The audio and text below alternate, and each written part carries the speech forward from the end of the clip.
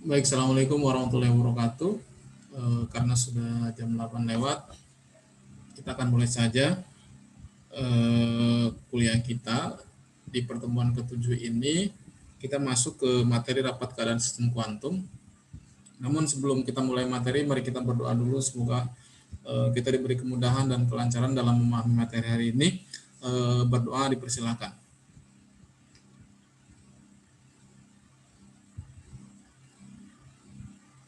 Oke, berdoa selesai. Hari ini merupakan materi terakhir sebelum kita UTS. Jadi nanti UTS-nya sampai materi ini, sampai materi rapat keadaan sistem kuantum, dari mulai pertemuan pertama, bukan materi ya, dari mulai statistik Maxwell-Boltzmann ya, Maxwell-Boltzmann, terus ruang fase, terus menentukan alfa beta, terus Bose-Einstein, Fermi-Dirac, sama yang terakhir ini rapat keadaan sistem kuantum. Oke. Kenapa kok kita bahas materi ini? Sebenarnya materi ini masih pengantar sebenarnya, masih pengantar. Jadi nanti setelah UTS insya Allah kita akan bahas tentang aplikasi ketiga statistik itu. Nah, sebelum UTS kita sampaikan dulu pengantar-pengantarnya atau bahan-bahannya. Nanti setelah UTS kita akan bahas aplikasinya atau penerapannya seperti apa. Nah, di materi ini atau di pertemuan kali ini berisi tentang kerapatan keadaan sistem kuantum yang meliputi boson dan fermion ya. Karena di sini kalau misalkan yang kemarin yang Maxwell-Boltzmann itu kan sistem klasik yang kita bahas. Nah, yang boson sama fermion ini adalah sistem kuantum. Nah, terus apa yang jadi perbedaan antara sistem klasik dengan sistem kuantum? Pada sistem kuantum ini terpenuhi prinsip ketidakpastian Heisenberg. Tujuannya apa mempelajari materi ini? Diharapkan setelah mempelajari materi ini, mahasiswa memahami bagaimana menurunkan kerapatan keadaan sistem kuantum dan bagaimana mendapatkan kerapatan keadaan tersebut dari kerapatan keadaan sistem klasik. Oke. Apa yang perlu dikuasai sebelum mempelajari materi ini? Sebelum mempelajari materi ini, diharapkan materi yang bab 2 yang tentang ruang fase sudah paham, karena di sini kita akan bahas dari arah sana, dari sana gitu ya. Dasarnya dari ruang fase.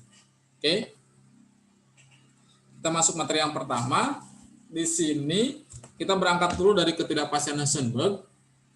Jadi sebelum kita membahas aplikasi assembly sistem kuantum, jadi nanti setelah UTS kan kita akan membahas aplikasi-aplikasinya, aplikasi di klasik seperti apa, aplikasi di assembly kuantum seperti apa. Nah, sebelum bahas aplikasinya ini, maka kita perlu mengetahui dulu kerapatan keadaan itu seperti apa gitu ya. Jadi sebelum kita mempelajari nanti aplikasi dari statistik Bose-Einstein dan Fermi-Dirac, kita akan pelajari dulu kerapatan keadaan itu seperti apa untuk sistem kuantum. Nah, kenapa kok kita harus mempelajari kerapatan keadaan? Karena kerapatan keadaan ini akan berguna atau akan penting ketika kita menghitung besaran-besaran termodinamika untuk assembly boson dan fermion. Ya. Kerapatan keadaan ini nanti akan sering kita jumpai ketika kita melakukan perhitungan atau melakukan perhitungan yang awalnya penjumlahan biasa, penjumlahan diskrit menjadi integral yang bersifat kontinu.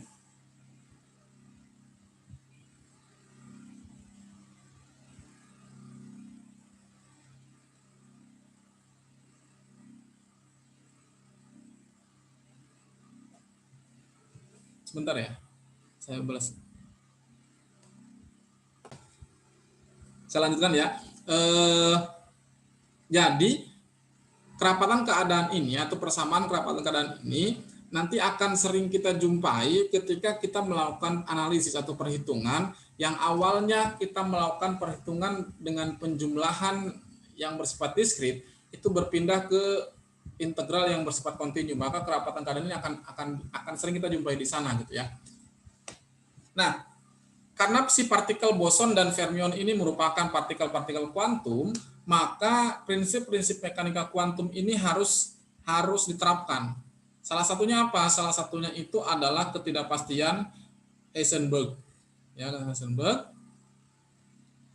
di mana ketidakpastian Heisenberg ini diungkapkan dalam bentuk persamaan seperti ini. Jadi delta P dikalikan delta X itu harus lebih besar sama dengan H. Ya. Artinya apa? Perkalian antara ketidakpastian momentum atau delta P dengan ketidakpastian posisi. Jadi perkalian antara ralat momentum dengan ralat posisi ini tidak boleh lebih kecil dari konstanta Planck atau harus lebih besar sama dengan dari konstanta Planck. Dengan kata lain, nilai terkecil dari perkalian ralat momentum dan ralat posisi yang bisa mendefinisikan sebuah keadaan itu adalah H. Ya, tidak mungkin kurang dari H kalau menurut ketidakpastian Heisenberg. Itu ya. Nah, selanjutnya nanti kita akan bahas atau kita akan menentukan berapa jumlah keadaan kuantum dalam ruang fase dengan volume tertentu. Ruang fase yang dibahas nanti kita akan bahas dengan koordinat spasial 1 dimensi, koordinat spasial 2 dimensi, dan koordinat spasial 3 dimensi. Jadi ini ingat kemarin waktu kita bahas di pertemuan ketiga di ruang fase, koordinat spasial 1 dimensi ini berarti panjang dia ya, panjang. 2 dimensi berarti ini luas, 3 dimensi ini volume. Cuman biasanya bahasa yang digunakan kadang kita pakainya tetap volume. Tapi kalau misalkan kita bicara volume dalam 1 dimensi berarti itu artinya panjang, bukan volume dalam arti sesungguhnya. Ya, volume dalam arti sesungguhnya ketika kita bahas koordinat spasial 3 dimensi. Kalau 2 dimensi berarti yang dibilang volume adalah luas. Oke, kita akan cek persamaan keadaan atau rapat keadaan untuk masing-masing koordinat ini. Ya, oke. Kita mulai dari koordinat spasial 1 dimensi. Mula-mula kita asumsikan memiliki assembly yang hanya boleh bergerak bebas dalam satu arah. Jadi dia hanya boleh bergerak dalam 1 dimensi. Ya. Misalkan di sini kita ambil koordinatnya adalah X. Jadi posisi partikel dalam assembly tersebut ini dinyatakan dengan koordinat X. Dan momentum partikelnya dinyatakan dengan koordinat atau dengan Px. Oke. Nah, selanjutnya, elemen kecil ruang fase yang dimiliki sebuah partikel dalam assembly tersebut, ini bisa kita nyatakan dalam D gamma sama dengan dx dpx. Ini lihat lagi di materi ruang fase. Lihat lagi materi ruang fase. Ya. Ruang fase. Waktu kita bahas ruang fase, kita sudah bahas D gamma untuk 1 dimensi, 2 dimensi, dan 3 dimensi. Oke. Terus, volume ruang fase untuk semua posisi yang mungkin, ini kita peroleh dengan melakukan integral persamaan satu ini. Ya. Jadi, untuk mendapatkan volume ruang fase seluruhnya itu, kita dapatkan dengan cara mengintegralkan persamaan satu terhadap ruang spasial, ya, atau pada semua ruang spasial. Jadi kita dapatkan delta gamma itu adalah integral dx dpx. Kita integralkan terhadap semua ruang spasial atau terhadap seluruh x atau ya. Jadi di sini batasnya dari 0 sampai L. Maka integral dx kan dapatnya L. Ya. Sehingga di sini delta gamma P-nya itu adalah L dpx. Di sini saya kasih catatan untuk mengingat saja, volume dalam 1 dimensi adalah panjang. Ya, tadi saya di awal sudah bilang, ketika kita bicara volume, di sini kan bilangnya volume ruang fase. Maksud volume di sini adalah secara keseluruhan volume itu kalau 1 dimensi adalah panjang. Ya. Oke, kita sudah punya delta gamma P. Ukuran minimum, tadi kan di sini di awal dibilang ukuran minimum yang bisa mendefinisikan sebuah keadaan itu adalah H, ya. Jadi ukuran minimum yang bisa mendefinisikan sebuah keadaan dari ralat P dikalikan dengan ralat X atau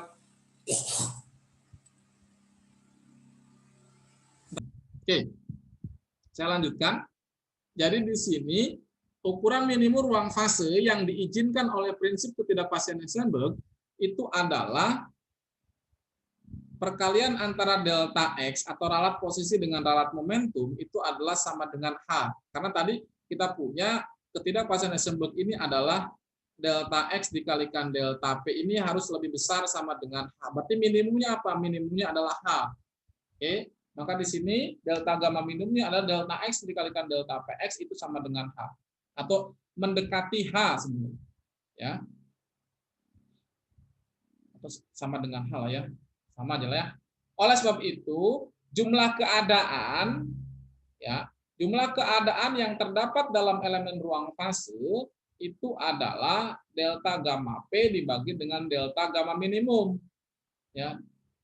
Maka di sini delta gamma P-nya apa? Delta gamma P-nya adalah L dpx dibagi dengan delta gamma minimumnya apa? Delta gamma minimumnya adalah H. Maka jumlah keadaannya itu adalah L dpx dibagi H. Sehingga jumlah keadaan persatuan volumenya ya, kita dapatkan Gpx dpx itu adalah dN per L. Jumlah keadaan persatuan volume. Volume di sini apa? Volume di sini adalah panjang karena satu dimensi. Maka di sini jumlah keadaan dN per L itulah 1/H dpx. Ya. L-nya di sini dN itu ada L-nya kita coret maka tinggal 1/H dpx. Persamaan 4 ini merupakan persamaan kerapatan keadaan. Persamaan kerapatan keadaan yang kita nyatakan dalam variabel momentum. Ya, di persamaan 4 ini persamaan kerapatan keadaan yang kita nyatakan dalam variabel momentum. Oke. Nah, selanjutnya bagaimana kita bisa menyatakan persamaan 4 ini dalam variabel yang lain? Kita akan coba nyatakan dalam variabel energi dan dalam variabel panjang gelombang. Oke. Jadi di sini kalau kita pengen menyatakan persamaan 4 dalam variabel energi ya. Di sini kita pertama-tama gunakan hubungan E sama dengan P kuadrat dibagi 2M. Karena di sini P-nya hanya ke arah sumbu X atau hanya komponen ke sumbu X, maka di sini E-nya adalah PX kuadrat dibagi 2M, sehingga PX-nya adalah akar 2ME. Atau akar di sini saya tuliskan akar 2M dikalikan akar E. Sebenarnya ini sama saja dengan apa? Ini sama saja dengan akar 2ME. Oke? Nah, kalau si P ini saya turunkan terhadap E, maka dpx per dE ini kita dapatkan akar 2M-nya konstan, akar E diturunkan apa? Akar E diturunkan setengah E pangkat min setengah. Kenapa? Karena E itu kan akar E itu ini kan sama saja dengan E pangkat setengah. Kalau kita turunkan jadi D akar E per DE, maka ini dapatnya setengahnya kalikan ke depan, dapatnya setengah E pangkat min setengah, E pangkat setengah, pangkatnya jadi kurang 1, berarti E setengah kurang 1, berarti dapatnya min setengah. Ya. Nah, kita sudah punya apa? Kita sudah punya dpx di sini. Ya. Nah, si dpx ini kita substitusi ke persamaan 5 menggantikan ini nih. Ya. Sehingga di sini kita dapatkan kerapatan keadaan yang diungkapkan dalam variabel energi itu adalah 1/H dpx-nya ini kita ganti. Ini dpx, sehingga di sini kita dapatkan segini semua dpx-nya. Rapat keadaan dalam variabel energi adalah 1/H akar M per 2 E pangkat min setengah DE. Di sini ini akar 2 dibagi 2, jadi kan tinggal 1/akar 2 kan, 1/akar 2, ini ada akar M, E pangkat min setengah. Ya. Jadi persamaan 6 ini adalah persamaan kerapatan keadaan dalam variabel energi. Nah, sekarang bagaimana kalau misalkan kita pengen ungkapkan dalam variabel panjang gelombang? Nah, di sini kalau kita pengen mengungkapkan persamaan kerapatan keadaan tadi dalam variabel panjang gelombang, kita bisa gunakan hubungan dari persamaan de Broglie. Kita tahu panjang gelombang de Broglie itu sama dengan, atau kita tahu persamaan de Broglie ini kita bisa ungkapkan dalam bentuk seperti ini. Px itu sama dengan H dibagi lambda. Oke. Maka kalau persamaan ini saya turunkan terhadap lambda, jadi dpx per d lambda itu sama dengan min H per lambda kuadrat. Ya. Kenapa kok min H per lambda kuadrat? Ingat, seperlambda ini kan sama aja dengan lambda pangkat min 1. Kalau diturunkan pangkatnya kalikan ke depan dapatnya min lambda min 1 kurangi 2, berarti jadi min 2. Nah, min lambda pangkat min 2 ini kan seper lambda kuadrat, ada minnya. Ya, hanya konstanta. Sehingga dpx-nya apa? Dpx-nya ini, dpx sama dengan min H per lambda kuadrat d lambda.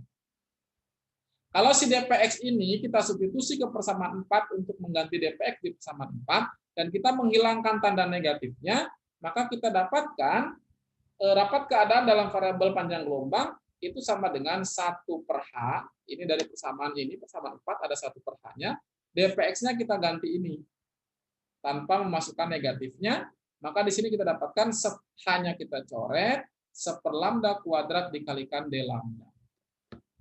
Ya. Jadi kita sudah punya 3 persamaan rapat keadaan. Yang pertama adalah rapat keadaan dalam variabel momentum, rapat keadaan dalam variabel energi, dan rapat keadaan dalam variabel panjang gelombang untuk 1 dimensi. Sebelum dilanjutkan, silakan kalau ada yang mau bertanya dahulu.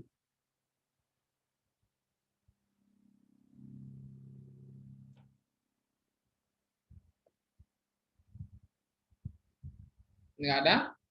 Oke, kalau nggak ada, kita akan coba turunkan rapat keadaan untuk ruang spasial 2 dimensi dan 3 dimensi. Alurnya sama sebenarnya. Kalau misalkan yang 1 dimensi sini udah paham, yang 2 dimensi, 3 dimensi nggak ada masalah, karena alurnya sama. Alurnya sama. Oke, kita lihat dulu yang 2 dimensi. Pertama-tama, kita asumsikan atau kita akan meninjau sebuah assembly di dalam kotak 2 dimensi dengan panjang sisinya searah sumbu X dan searah sumbu Y, di mana panjangnya masing-masing adalah LX dan LY. Posisi partikel dalam assembly ini dinyatakan dalam koordinat X dan koordinat Y.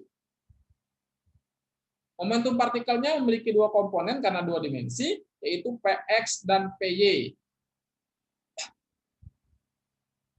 Oke, nah dalam pertemuan 3, ketika kita bahas bab ruang fase, ini telah diungkapkan elemen volume ruang fase yang dibatasi oleh koordinat x sampai x plus dx, y sampai y plus dy, dan px sampai px plus dpx, py sampai py plus dpy. Ini di bab 3, di pertemuan 3, pertemuan 3 bab 2. Ini kita bisa mengungkapkan, kita dapatkan kemarin itu d gamma itu adalah dx dy, dpx dpy. Ya, sehingga volume ruang fase untuk semua posisi yang mungkin ini kita peroleh dengan mengintegralkan persamaan 9 ini. Ya, persamaan 9 kita integralkan terhadap semua variabel spasial. Jadi kita integralkan terhadap dx sama dy. Integral lipat 2, integral dx dapatnya lx, integral dy dapatnya ly. Maka kita dapatkan volume ruang fase untuk semua posisi yang mungkin ini adalah lx, ly, dpx, dpy.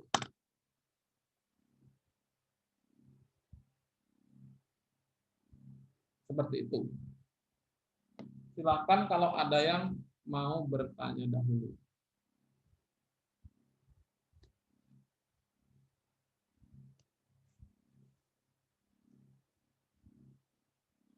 Oke, saya lanjutkan. Nah, dalam ruang 2 dimensi, ini ukuran minimum ruang fase yang diizinkan oleh prinsip ketidakpastian Heisenberg.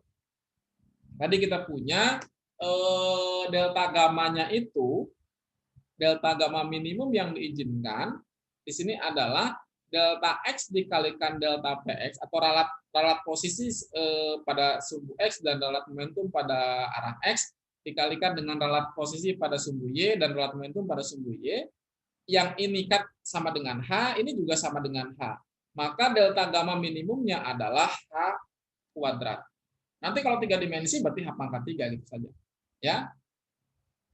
Oleh sebab itu, kita bisa menyatakan jumlah keadaannya dalam elemen ruang fase adalah delta gamma P dibagi delta gamma minimum. Delta gamma minimumnya ini H kuadrat, delta gamma P-nya mana? Delta gamma P-nya tadi kita punya apa? Lx, Ly, dpx, dpy yang ini.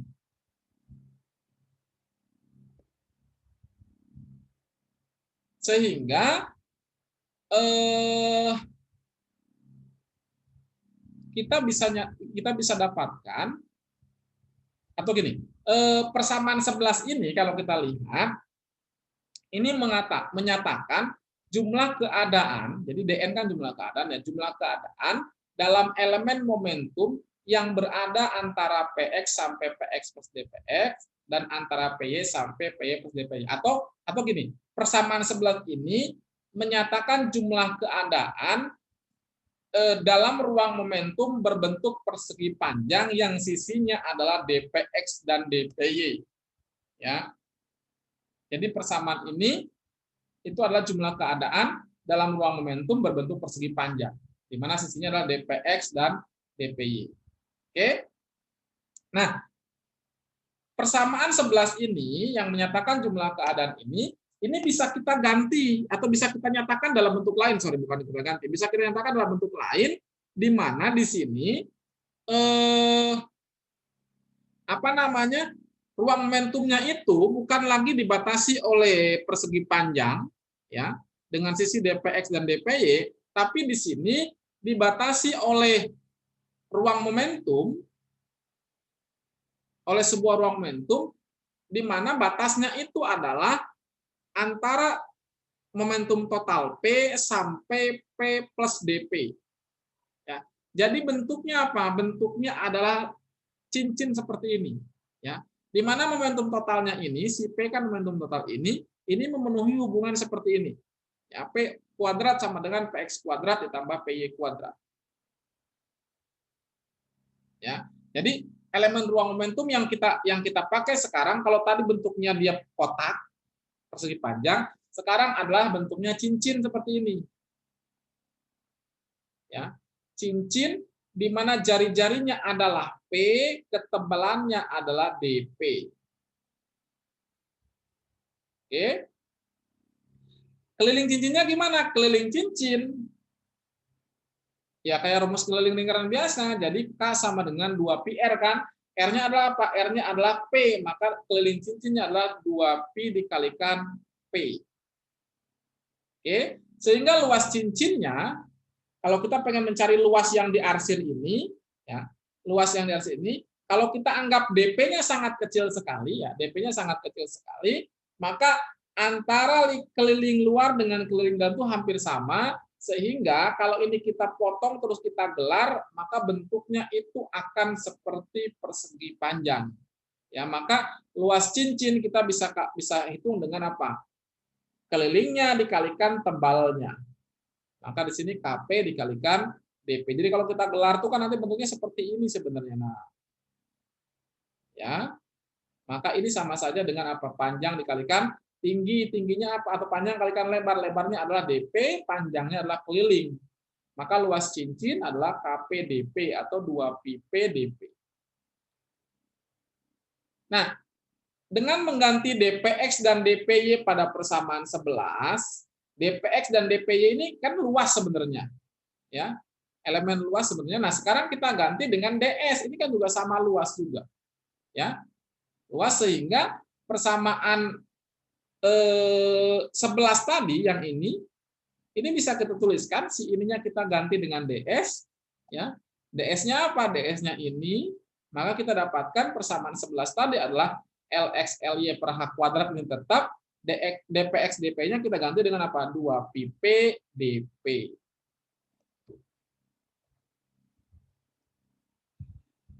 Oke.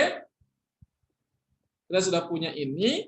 Nah, sekarang bagaimana kerapatan keadaannya? Kerapatan keadaan atau jumlah keadaan persatuan volume ini GP/dP-nya itu adalah, jadi ini kerapatan keadaan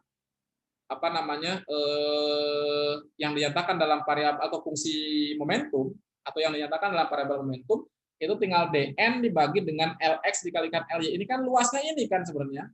Ya. Jumlah keadaan persatuan volume dua dimensi. Volume dua dimensi itu apa? Itu adalah luas. Maka dn Lx dikalikan Ly ini seper Lx Ly, ini yang bisa kita coret dengan ini. dn-nya kan ini tadi ya. Ini dn-nya semua ini. Ini bisa kita coret ya. Jadi kita punya apa? Seper H kuadrat dikalikan 2pi PdV. Ini adalah persamaan 14 ini adalah persamaan kerapatan keadaan untuk dua dimensi, di mana variabel yang dinyatakan adalah variabel momentum atau P. Sama halnya dengan yang satu dimensi tadi, kalau kita pengen menyatakan persamaan 14 ini dalam variabel energi, kita bisa gunakan hubungan E sama dengan P kuadrat dibagi 2M, di mana P-nya apa? Ini pindah ruas sini kan P berarti akar 2ME sama kayak tadi ya. Terus ini kita turunkan, kita punya apa? Akar 2M setengah E pangkat minus setengah, maka DP-nya ini tinggal kalikan ke sini, kita punya apa? DP sama dengan M per 2 di akar, karena ini kan akar 2 dibagi 2 kan. Jadi kalau kita punya akar 2 per 2, ini kan sama saja dengan akar 2 dibagi akar 2 kuadrat, maka dapatnya seper akar 2. Maka di sini akar 2 dibagi 2, seper akar 2 kan. Maka DP-nya adalah akar M per 2E pangkat minus setengah DE. Nah, di sini kita tinggal ganti apa? Ini ada P, ada DP. P-nya kita ganti dengan ini, si DP-nya kita ganti dengan ini. Sehingga persamaan rapat keadaannya dalam variabel energi itu adalah seper H kuadrat DP tetap ya. Terus ini adalah apa? Ini adalah P, ini adalah apa? DP. Sehingga persamaan akhirnya untuk rapatan keadaan dalam variabel energi ini adalah seper H kuadrat 2pi MdE ya. Jadi di sini si M dikalikan akar M dikalikan akar M jadinya M, akar 2 dibagi akar 2 habis akar E dikalikan dengan E pangkat minus setengah. Ini kan akar E dikalikan seper akar E sebenarnya. Ini kan sebenarnya 1 per akar E, ini juga dengan ini habis, atau bukan habis, sama dengan 1 ya. Bukan habis 0 ya, tapi sama dengan 1. Maka kita punya hasil akhirnya adalah seper H kuadrat 2pi MdE. Ini. Kalau kita pengen nyatakan dalam apa namanya variabel panjang gelombang, kita bisa gunakan hubungan dari persamaan de Broglie. P sama dengan H per lambda, kita turunkan, kita punya seperti ini, sama dengan tadi ya, ini sama dengan tadi, kita punya min H per lambda kuadrat, DP-nya adalah min H per lambda kuadrat D lambda. Kalau kita substitusikan P sama DP tanpa mengikutkan negatifnya terhadap persamaan 14, maka kita punya apa? Seper H kuadrat DP dikalikan H per lambda ini adalah P, ini adalah DP. H kuadrat dibagi H kuadrat sama dengan 1, terus dapatnya apa? 2pi per lambda pangkat 3 D lambda. Ini adalah persamaan rapat keadaan untuk variabel apa namanya variabel panjang gelombang di ruang spasial 2 dimensi. Silakan kalau ada yang mau bertanya dulu.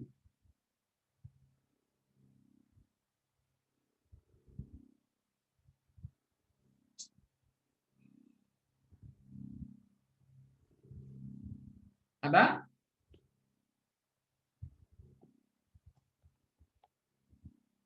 Oke, kalau nggak ada, kita akan lanjutkan ke bahasan yang terakhir. Bagaimana kalau misalkan koordinatnya adalah 3 dimensi? Sebenarnya sama kayak tadi. Di sini kita akan tinjau assembly dalam kotak 3 dimensi dengan panjangnya searah sumbu X, searah sumbu Y, dan searah sumbu Z. Masing-masing panjangnya adalah Lx, Ly, dan Lz. Ini ya. Oke, sehingga volumenya adalah Lx, Ly, Lz. Atau Lx dikalikan Ly dikalikan Lz. Posisi partikel dalam assembly dinyatakan dalam koordinat X, Y, Z. Momentumnya punya 3 komponen karena 3 dimensi, punya Px, Py, dan Pz. Oke.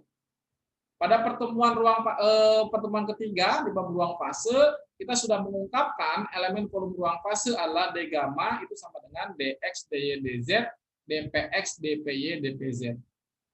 Oke. Sehingga kita bisa dapatkan volume ruang fase untuk semua posisi yang mungkin. Ini kita peroleh dengan mengintegralkan persamaan 17 ini terhadap semua variabel spasial.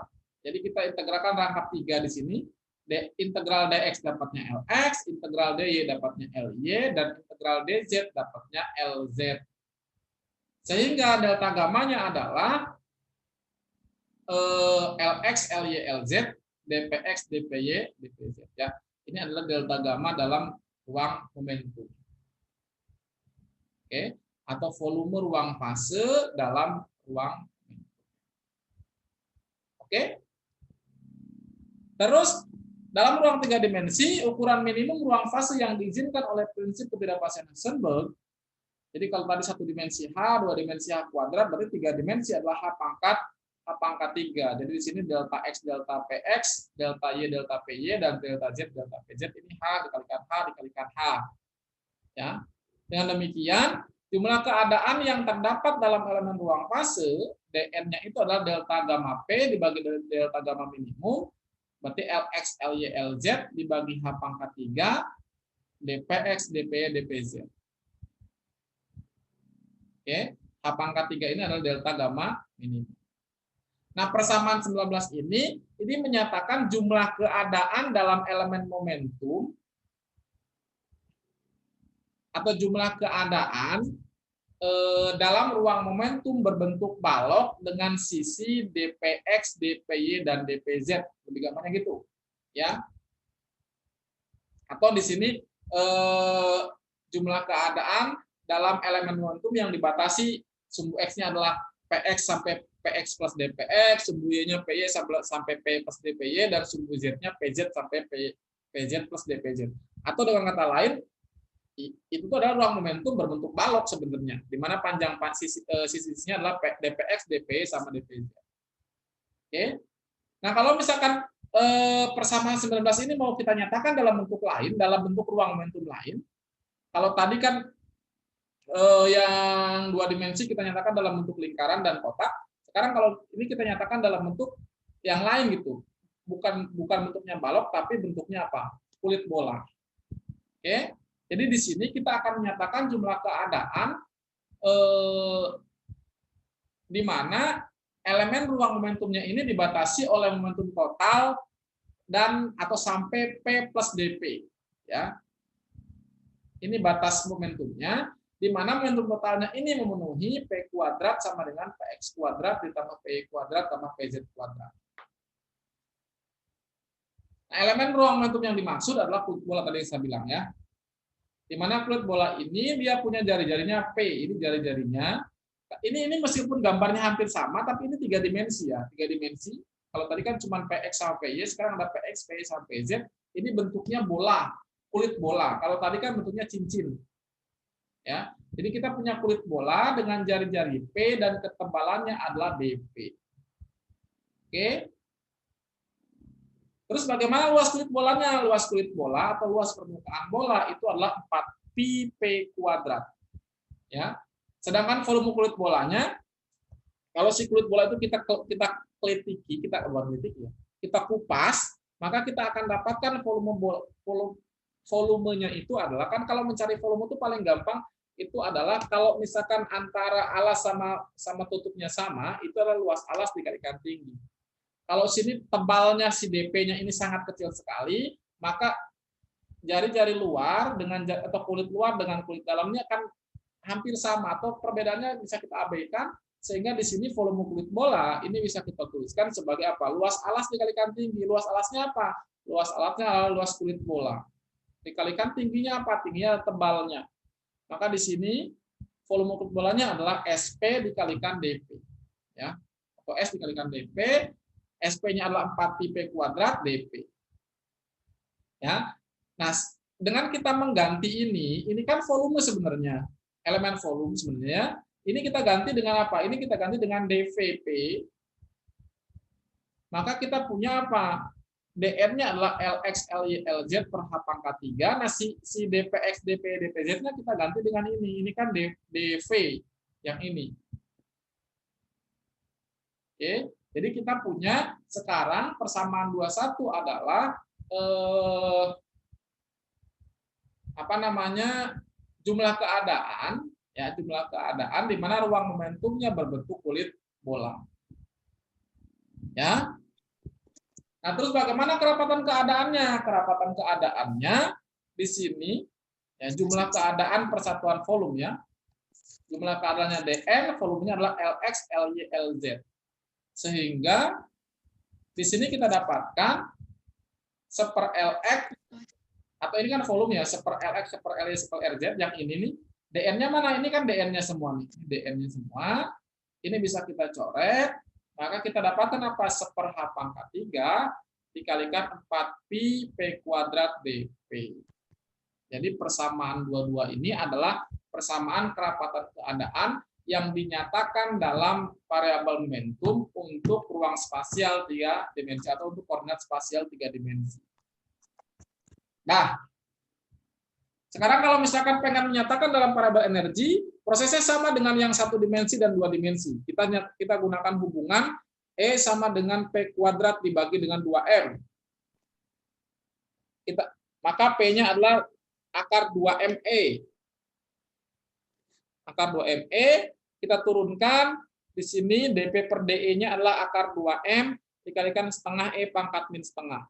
Sehingga dP-nya adalah akar M per 2 E pangkat min setengah DE. Kita ganti si P sama si DP pada persamaan dua-dua. Ini P-nya kita ganti dengan ini, si DP-nya ini kita ganti dengan ini. Sehingga kerapatan keadaan dalam variabel energi ini bisa dinyatakan seper H pangkat 3, 4pi-nya tetap ya ini. Terus ini adalah P, ada kuadratnya, ya ini P kuadrat. Ini DP-nya. Oke. Kita punya sekarang ini tetap ya seper H pangkat 3 kalikan 4. Ini akar 2 dikuadratkan jadinya 2. 2 dibagi akar 2 dapatnya akar 2. Oke. Akar M dikuadratkan jadinya M. M dikalikan akar M dapatnya M pangkat 2 per 3. Akar E dikuadratkan jadinya E. E dikalikan E pangkat minus setengah dapatnya E pangkat setengah. DE. Kita punya sekarang persamaan kerapatan keadaan yang kita nyatakan dalam variabel energi. Oke. Selanjutnya, kalau kita pengen nyatakan dalam variabel panjang gelombang, sama halnya dengan tadi yang 2 dimensi dan 3 dan 1 dimensi, kita bisa gunakan hubungan persamaan de Broglie seperti ini. Jadi P sama dengan H per lambda, kita turunkan P-nya, dapat dP per D lambda, min H per lambda kuadrat, dP-nya adalah min H per lambda kuadrat D lambda. Kita substitusi P sama dP tanpa melibatkan negatifnya ke persamaan dua-dua, maka kita punya apa? Persamaan rapat keadaan dalam variabel panjang gelombang, ini seper H pangkat 3 dikalikan 4pi, ini adalah P, ini adalah dP. H kuadrat dikalikan H pangkat 3, coret dengan ini. Maka tinggalnya apa akhirnya? 4pi lambda kuadrat dikalikan lambda kuadrat jadi lambda pangkat 4. Ya. Persamaan 24 ini adalah persamaan rapat keadaan pada ruang spasial 3 koordinat spasial 3 dimensi untuk apa? Untuk variabel panjang gelombang. Ini bukan TH ya, ini 3 nih. Ini TH, ini 3 ya. Seperti itu. Silakan kalau ada yang mau ditanyakan dulu.